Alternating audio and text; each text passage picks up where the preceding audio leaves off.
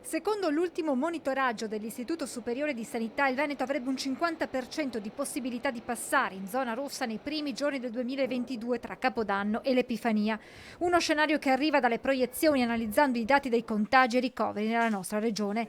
Certamente la prossima settimana non vedrà alcun passaggio di zona, più probabile invece dal 20 dicembre. Il Veneto si potrebbe tingere di giallo. Ieri il presidente Zaia non escludeva che a gennaio ci possa essere un profondo giallo, ha detto, se non addirittura arancione.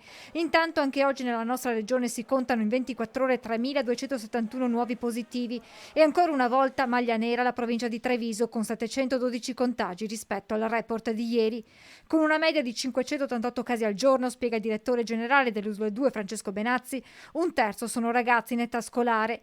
Sul fronte ricoveri negli ospedali della Marca sono 260 i pazienti, di cui 37 negli ospedali di comunità e 15 al Covid Hospital del San Camillo. E abbiamo anche oggi 20 persone in terapia intensiva, quindi 2 persone in più dell'altro ieri che sono passate dalla pneumologia alla terapia intensiva. Ricordo a tutti, perché è importante, che entri nella testa anche di chi non vuole vaccinarsi ed è fondamentale che le persone oggi in terapia intensiva sono tutte non vaccinate. Notevolmente abbassata rispetto alle precedenti ondate l'età media dei ricoveri in terapia intensiva.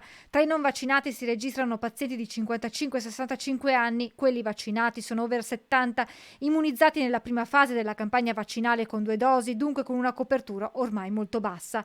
A questi si aggiungono negli ospedali i pazienti che arrivano con altre patologie, soprattutto con sindromi influenzali e parainfluenzali. Ogni giorno vengono portati dal SUEM, da 20 a 25 persone in pronto soccorso. Un terzo sono pazienti Covid, gli altri colpiti da influenza, si tratta soprattutto di anziani. Devo dire che abbiamo anche qualche giovane, qualche ventenne che ha preso l'influenza 20, 25enne e si è dovuto ricoverare per qualche giorno, adesso è già uscito, sta bene. Intanto l'USL sta discutendo con i centri servizi per individuare un nuovo ospedale di comunità che possa accogliere i pazienti Covid negativizzati nella fase di recupero prima del ritorno a casa.